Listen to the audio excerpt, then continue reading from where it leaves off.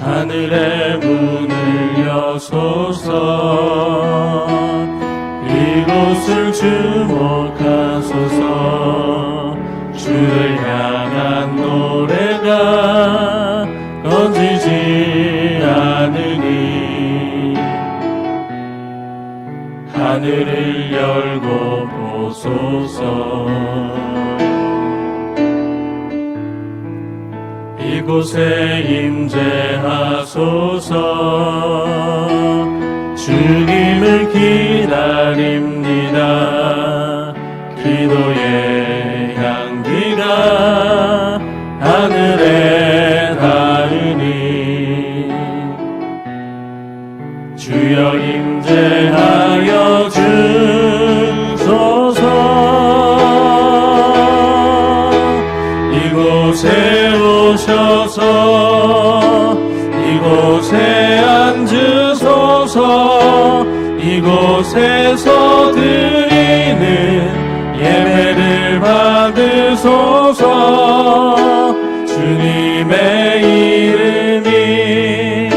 주님의 이름만이 오직 주의 이름만 이곳에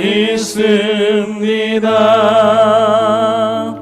찬송하리로다. 그는 우리 주 예수 그리스도의 하나님이시요 자비의 아버지시요 모든 위로의 하나님이시며 우리의 모든 환난 중에서 우리를 위로하사 우리로 하여금 하나님께 받는 위로로서 모든 환난 중에 있는 자들을 능히 위로하게 하시는 이시로다. 아멘. 사도신경으로 우리의 흔들리지 않는 신앙을 고백합니다. 전능하사 천지를 만드신 하나님 아버지를 내가 믿사오며 그 외아들 우리 주 예수 그리스도를 믿사오니 이는 성령으로 잉태하사 동정녀 마리아에게 나시고 본디오 빌라도에게 고난을 받으사 십자가에 못 박혀 죽으시고 장사한 지 사흘 만에 죽은 자 가운데서 다시 살아나시며 하늘에 오르사 전능하신 하나님 우편에 앉아 계시다가 저리로서 산자와 죽은 자를 심판하러 오시리라. 성령을 믿사오며 거룩한 공예와 성도가 서로 교통하는 것과 죄를 사하여 주시는 것과 몸이 다시 사는 것과 영원히 사는 것을 믿사옵나이다. 아멘. 자리에 앉으셔서 찬송가 315장 찬송하시겠습니다.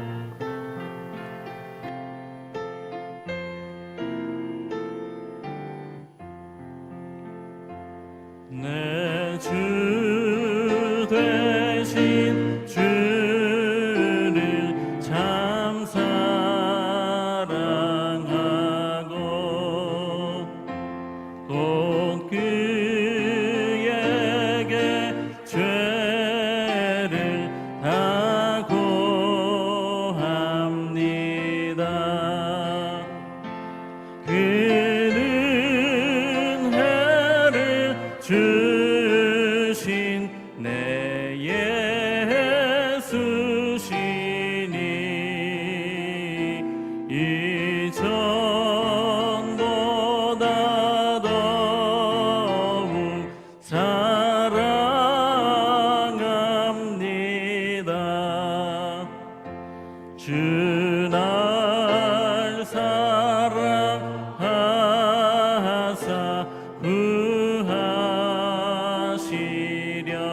구하시려고 저 십자가 고난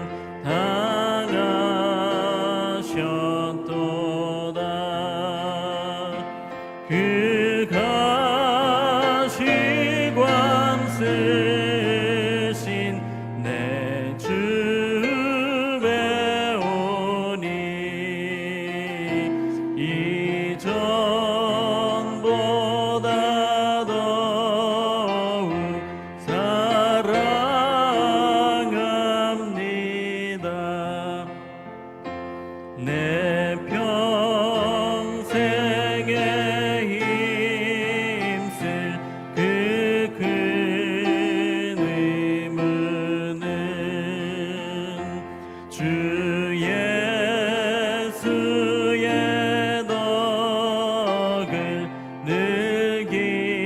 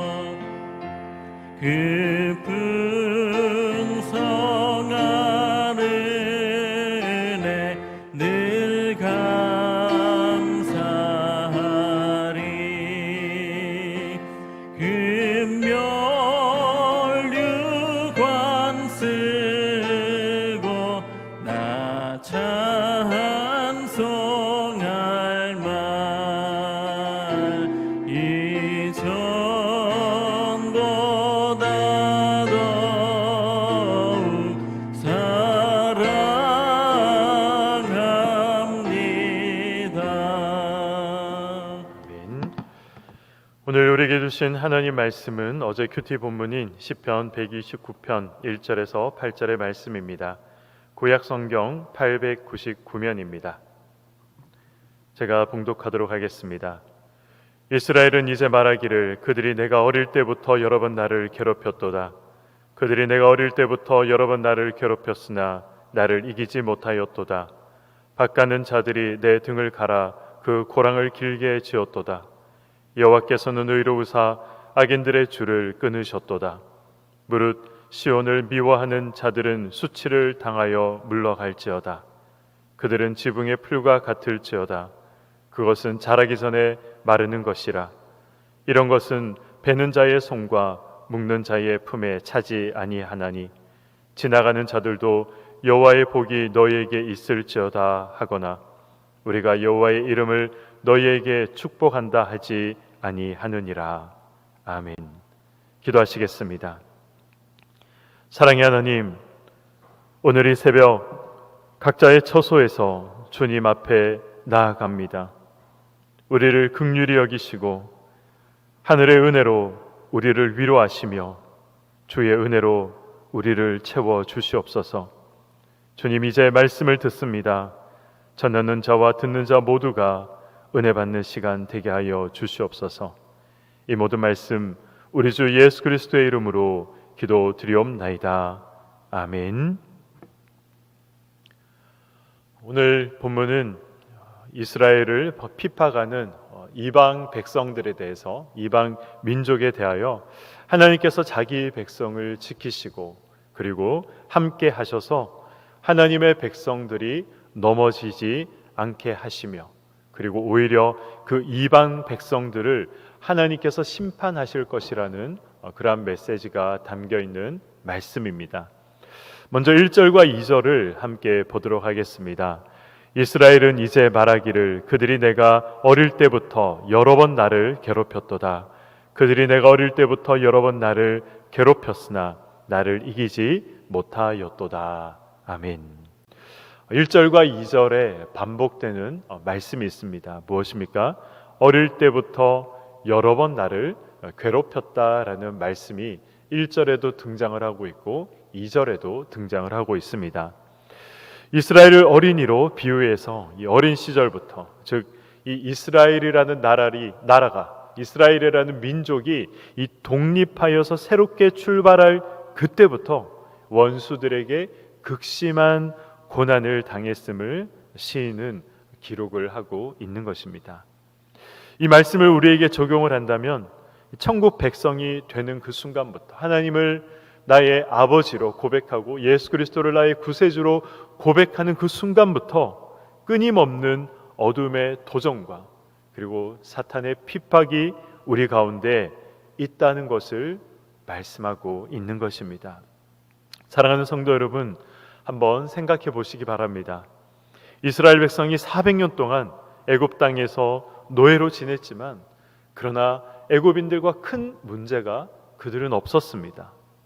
그런데 모세라는 지도자가 등장하면서 이 모세라는 지도자가 하나님이 모세를 부르셔서 그들은 애국과 큰 갈등을 겪게 되었고 그리고 그들이 정착 후 그들의 삶에 대해서도 이 사단은 집요하게 그들을 유혹하여서 하나님을 떠나도록 하나님을 배반하도록 가나안 땅에서도 끊임없이 이스라엘 백성들을 괴롭히고 핍박하고 힘들게 했던 것을 우리는 성경을 통해서 잘 알고 있습니다. 우리의 삶도 이와 같은 것입니다. 하나님의 부르심을 받고 크신 구원의 섭리 가운데 우리가 들어갔지만 하나님의 백성으로 우리가 살아가고 있지만 그러나 여전히 사탄은 우리를 넘어뜨리기 위해서 우는 사자와 같이 삼킬 자를 찾기 위해서 우리를 힘들게 하고 우리를 슬프게 하고 낙심 가운데 빠뜨리고 우리를 핍박하고 공격하는 것입니다. 그러나 그런 공격과 핍박을 우리는 감당해야 하는 것이죠. 사단은 지금도 성도로 하여금 어떻게 해서든 믿음에서 떠나도록 이기적이고 자기 중심적인 삶을 살아가도록 우리를 유혹하면서 여러 가지 환경들을 통해서 우리의 신앙을, 우리의 삶을, 우리의 믿음을 방해하고 있는 것입니다. 우리의 마음이 주 안에서 살기로 작정한 그날부터 이 세상을 떠나는 그날까지 그들의 역사는, 사단의 역사는 결코 중단되지 않을 것입니다. 그리고 그 고통은 우리가 생각하는 것 이상으로 고통스러울 때도 있는 것입니다. 이스라엘이 당한 괴로움을 보면 짐작할 수 있는 부분이죠. 이스라엘이 당한 괴로움이 어느 정도였습니까? 아주 심하게 괴롭힘 당했다는 것을 3절에서 시인은 기록을 하고 있습니다. 이스라엘 백성들이, 하나님을 믿는 사람들이 당했던 괴로움은 어떤 괴로움이었습니까? 우리 3절의 말씀을 읽어보도록 하겠습니다. 밭가는 자들이 내 등을 갈아 그 고랑을 길게 지었도다. 아멘. 무슨 말씀인가요? 이 등에 고랑이 생길 정도로 극심한 고난과 고통을 당했다는 것입니다. 이 밭을 가는 농부가 쟁기로 이 밭을 갈아서 깊은 고랑을 만들듯이 이스라엘 백성들의 등에 바로 그러한 쟁기 자국과 같은 고랑이 생겼다는 것입니다. 감독관이 노예를 향해서 사정없이 채찍을 내려칠 때에 짙은 흉터를 만들어내듯이 이스라엘의 대적은 수시로 그들 앞에 나타나 그들에게 씻을 수 없는 고통과 상처의 깊은 고랑을 만들었던 것입니다. 이러한 상처를 입었던 이유는 두 가지로 볼 수 있습니다. 첫 번째는 그들의 죄 때문이죠. 하나님께서 사랑하시는 이스라엘 백성들이 하나님의 말씀을 떠났기 때문에, 하나님 말씀에 순종하지 않았기 때문에 하나님께서는 사랑하는 백성에게 징계를 내리셨던 것입니다. 또 한 가지 이유는 그것이 하나님의 백성으로서 감당해야 할 고난이었기 때문인 것이죠. 시편 34편 19절에 보면 요즘 온라인 대신방을 통해서 제가 말씀을 전하는 부분인데요. 이 시편 34편 19절을 보면 의인은 고난이 많으나라고 기록을 하고 있습니다. 의인은 고난이 많다는 것이죠. 의인이 누구입니까? 하나님을 믿는 사람들, 하나님께서 의롭다 칭해 주신 믿음의 백성들이 의인인 것입니다. 의인이 형통하고 의인이 만사 형통하다 이렇게 성경이 말씀하면 좋겠지만, 그러나 성경은 의인은 고난이 많으나라고 말씀하고 있습니다. 왜 의인이 고난이 많을까요? 바로 세상의 법과 또 우리가 따르는 하나님의 법이 늘 충돌하기 때문에 그렇습니다. 그래서 우리가 세상 속에서 신앙을 가지고 살아간다는 것이 결국 핍박받는 일이고 고난받는 일이 될 수 있다는 것이죠. 또 한 가지는 방금 말씀드렸던 것처럼 하나님께서 하나님의 백성들을 쓰시기에 합당한 그릇으로 만들기 위해서 하나님께서 그것을 허락하셨기 때문에 우리에게, 의인에게, 믿는 자들에게 고난이 있는 것입니다. 그러나 성경은 의인이 고난이 많다, 그리고 거기에서 마침표를 찍지 않습니다. 의인이 고난이 많으나 여호와께서 그의 모든 고난에서 건지시는 도다라고 말씀하고 있는 것입니다. 하나님께서 건지시는 것입니다. 하나님께서 듣지 아니하시고 보지 아니하시는 분이 아니시라 들으시고 보고 계시고 우리의 눈물을 닦아주시며 그 환난 가운데, 어려움 가운데 우리를 건지시는 분이다라는 것을 말씀하고 있는 것입니다. 이러한 극심한 고통 가운데서도 그래서 이스라엘 백성들은 넘어지지 않았던 것입니다. 왜 넘어지지 않았을까요? 그 이유가 4절에 기록이 되어 있습니다. 4절 말씀을 읽도록 하겠습니다. 여호와께서는 의로우사 악인들의 줄을 끊으셨도다. 아멘. 여기에서 말하듯이 이 여호와의 의로움은 옳고 그름을 나타내는 그러한 의로움이 아닙니다. 이 문장에서 알 수 있듯이 악인의 줄을 끄는 이 의로움인 것이죠. 이스라엘 백성들이 의로워서 악인의 줄이 끊어진 것이 아니라 하나님께서 의로우시기 때문에 그 악인들의 모습을 참지 못하시는 것입니다. 하나님이 의로우시기 때문에 그래서 이스라엘 백성들을 건져내셨다는 것이죠. 그리고 그 악인들의 미래에 대해서 5절과 6절에 말씀을 하고 있습니다. 5절과 6절의 말씀을 읽어보도록 하겠습니다. 무릇 시온을 미워하는 자들은 수치를 당하여 물러갈지어다. 그들은 지붕의 풀과 같을지어다. 그것은 자라기 전에 마르는 것이라. 아멘. 악인들은 어떻게 된다고 말씀하고 있습니까? 수치를 당하여 물러간다라고 말씀하고 있습니다. 그리고 지붕의 풀과 같이 자라기도 전에 말라 버릴 것이다 라고 말씀하고 있습니다. 밤낮으로 먼지 바람이 강하게 부는 이 팔레스타인 지역에서는 이 집 지붕에 모래들이 날아와서 쌓이기 마련입니다. 그리고 거기에 씨앗이 날아들고 그 속에 약간의 습기를 머금게 되면 이 씨앗이 뿌리를 내리게 되는 것이죠. 이러한 것들을 흔하게 볼 수 있습니다.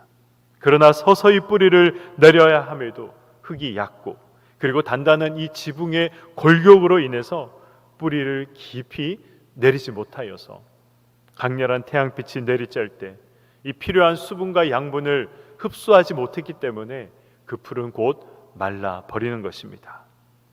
그런데 시인은 여기서 이스라엘의 대적들을 이처럼 지붕 위에 자라는 풀에 비유를 하고 있는 것입니다. 처음에는 잘 자라는 것 같지만 결국에는 말라 비틀어 죽어가 버리는 것이죠.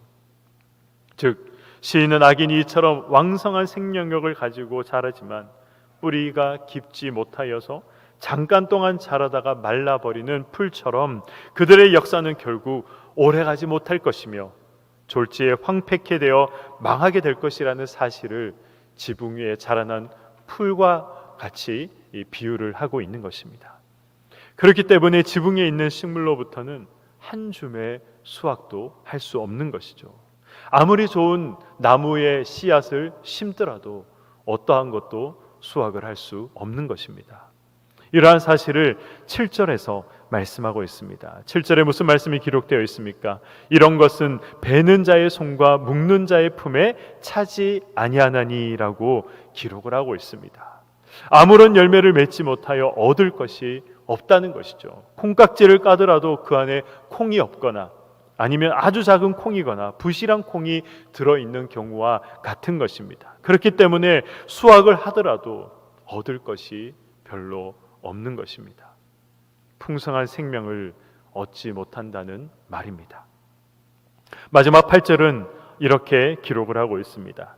지나가는 자들도 여호와의 복이 너희에게 있을지어다 하거나 우리가 여호와의 이름으로 너희에게 축복한다 하지 아니하느니라. 아멘.